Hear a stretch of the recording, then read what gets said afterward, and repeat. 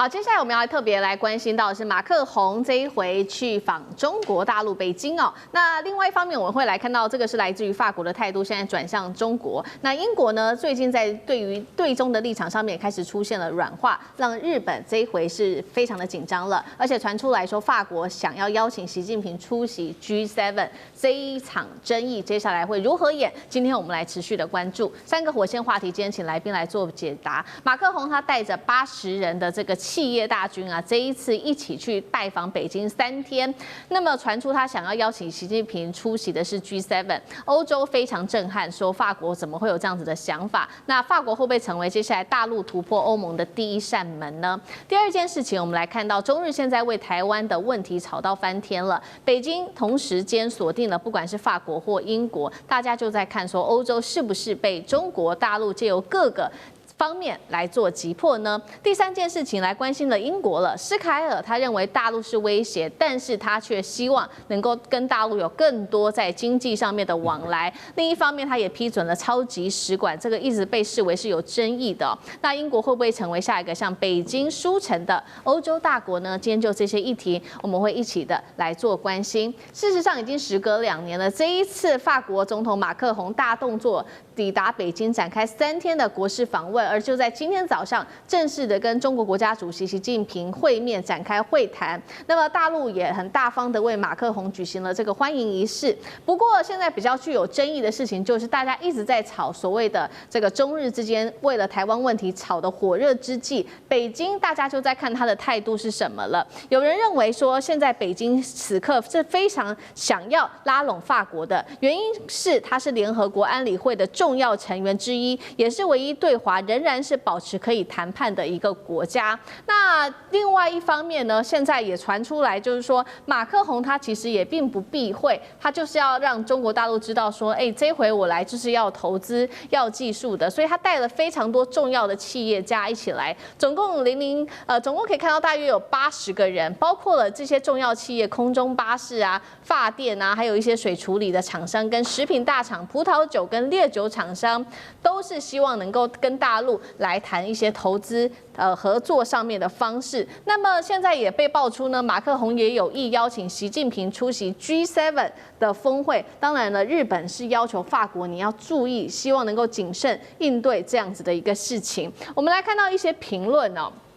這個是北京的大學的教授，他是這樣說的。他說，馬克宏這一次去拜訪是一個重要意義，因為這是西方領袖訪中的第一棒。後面接下來可能就會出現，不管是英國、德國跟美國，持續的和中國大陸有更好的一個往來。而同樣，另外一方面就是中國大陸它是 APEC 的主席國，那法國又是 G7 的這個主席國，所以這一次北京和法國的會面是2025年，他認為是全球外交主軸來做一個定調，所以節目一開始特別來請教委員怎麼看了這一次馬克宏邀請習近平，他說有意可能會去出席這個 G7， 這是法國在向中國大陸投誠嗎？會不會有他在外交上面的一個風險？委員怎麼看？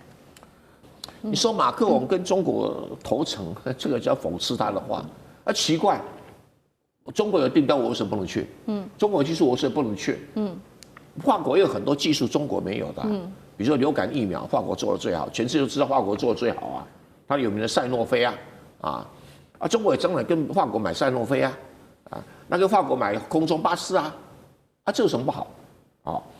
這叫什麼投誠？就叫買賣，這個叫做生意，這個叫交朋友。那你說美國有什麼理由這個生氣？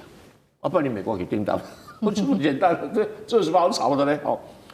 那邀請習近平去 G7 當然會比較高的政治敏感度啦，因為 G7 老實說，我們這些白種人我們這些有錢的白種人湊在一起叫 G7， 就跑來一個黃種人的老大那就美國可能會有一點意見，但是美國現在大概不太敢為這個事情講，只是說如果習近平真的有空去，你要做什麼安排你不要到時候這什麼。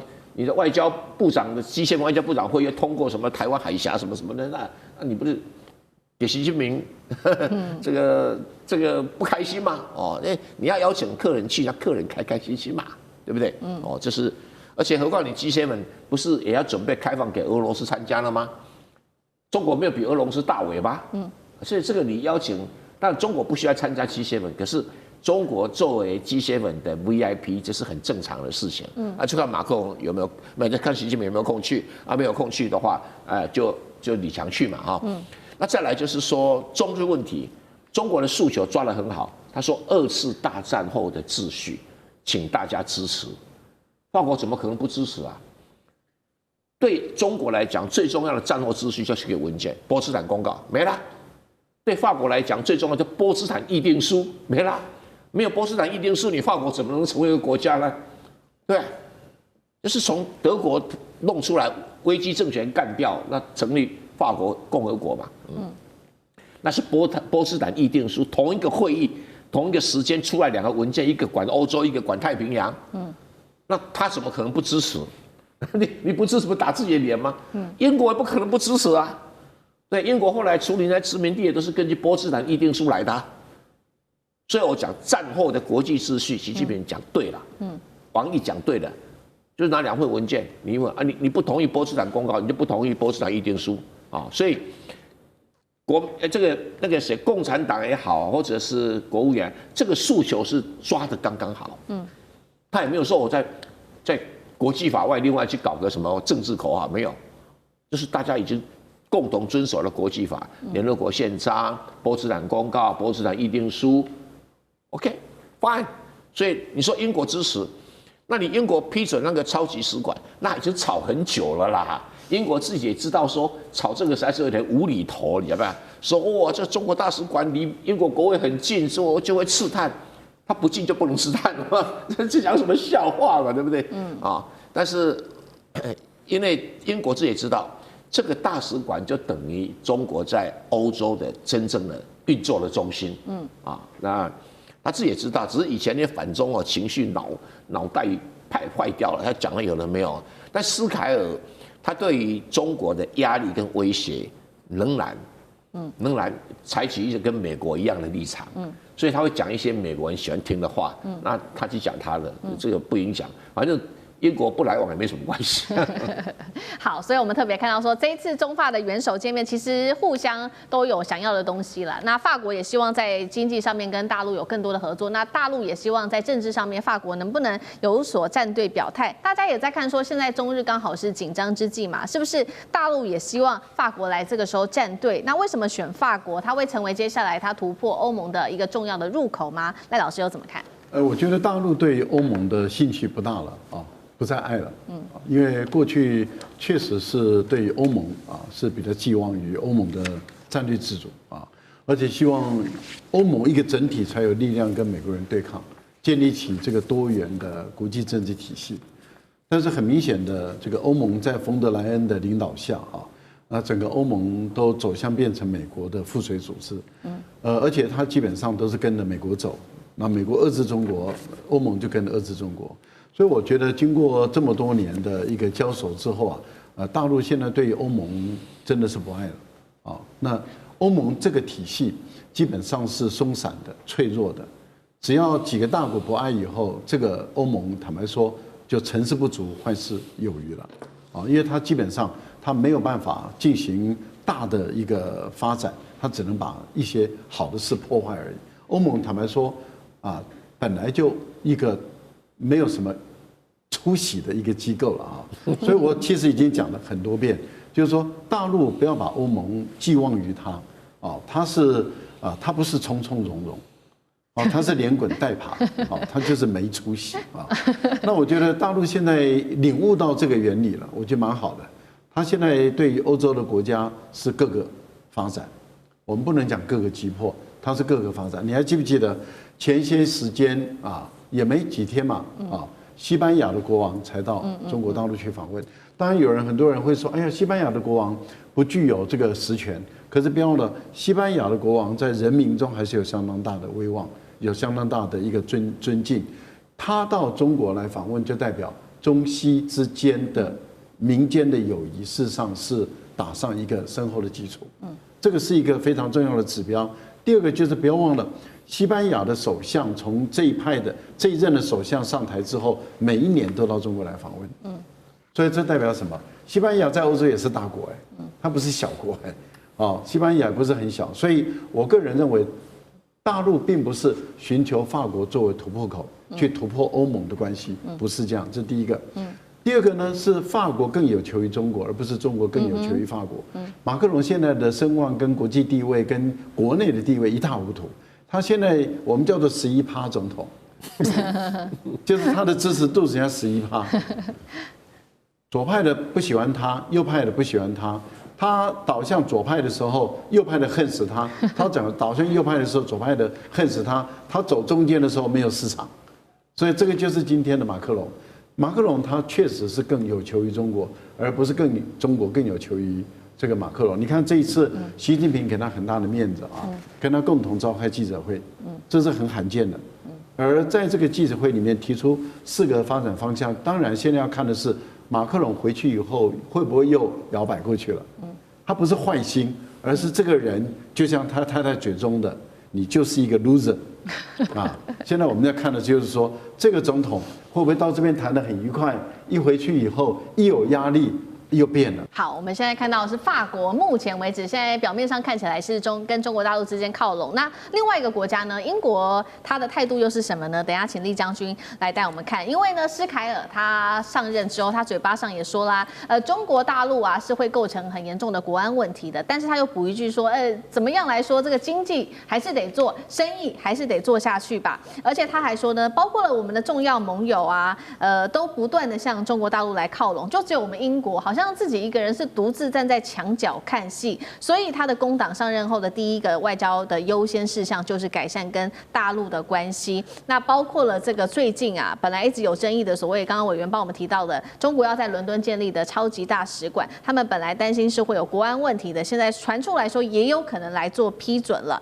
未來英國會不會是成為法國之後又是另外一個向這個中國大陸靠攏的另外一個歐洲大國？對於之後的影響，酈將軍怎麼看？英國這次來講的話，當然對中國蓋這個超級大使館哈，有很多的雜音出現。我覺得這個純粹像是一個落魄的貴族哈，然後覺得他們家的院子這個賣給別人，別人在他家院子前面蓋一棟很漂亮的大廈，他心裡很不是滋味。大概純粹就是這樣哈，因為這個大使館來講，占地面積有2萬平方公尺這麼大。然後而且是蓋在英國原來的皇家鑄幣廠的位置，是一個精華地段。然後這附近來講的話，又有很多的這個英國所謂的這個電纜從這邊經過，所以他們就以這個國家機密、安全為理由，怕這個被中國做情報工作，來以這些理由哈來做反對。但是我覺得這都不成理由。試問哪一個國家在另外一個國家大使館不從事情報工作？幾乎都從事情報工作。我講的情報工作不是很單純指軍事情報，包括你的商業情報，包括你的外交情報，包括你這個輿情的調查，都是由大使館在了解。因為我必須要了解你國家運作，我才能夠提供我自己國內跟你之間擬定怎麼樣互相交往的一個條件。當然啦，如果說是你這個大使館蓋在這個一個落魄的王公貴族他們家門口，他當然很不是滋味。可是就中國來講的話，因為我如果說與其在你英國，因為中國有14億的人口，在英國倫敦到處去蓋大使館，那更分散。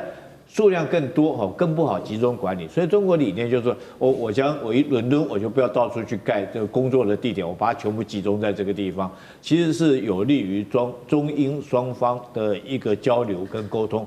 因為如果你英國有什麼事情要跟中國大使溝通來講的話，你只要到一個地方去就好了嘛，你不要說是這個外交到一個地方，對不對？新聞到一個地方，經貿又到一個地方，那更亂對你來講反而更不方便。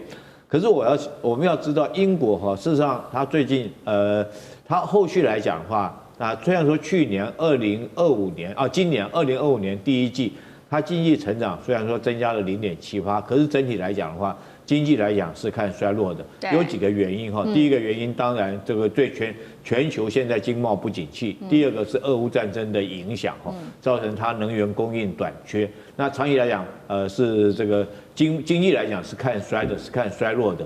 所以說工黨是比較務實的一個政黨，所以施凱爾這時候會想要放緩跟中國的關係，很誠實的面對英國自己的實況跟中國建立良好的關係以後，他將來才不管是雙方市場的准入或者是維持他一定的這種生產鏈跟供應鏈，才可以確保它英國來講的話，經濟不會走下坡。好，謝謝李將軍。那我們休息一下，馬上回來。地緣政治、美中之爭、戰略價值、強權崛起、小國生存，現在與未來，洞悉事件走向，掌握世界脈動，全球觀點。